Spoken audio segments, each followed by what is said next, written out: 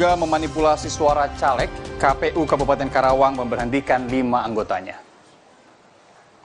Dugaan kecurangan itu terungkap dari surat Bawaslu Karawang yang berisi saran pencermatan kembali hasil rapat pleno rekapitulasi PPK Lemah Abang. KPU Kabupaten Karawang pun melakukan klarifikasi terhadap 5 anggota PPK. Dari hasil klarifikasi dan pengakuan anggota PPK, KPU Kabupaten Karawang memutuskan untuk memberhentikan kelima anggota PPK tersebut. Pemilih tetap atau DPT laki-laki. Kita sudah menonaktifkan sebanyak 5 orang anggota PPK ya, karena terindikasi mereka diduga melakukan kelalaian etik. Seperti apa, Pak?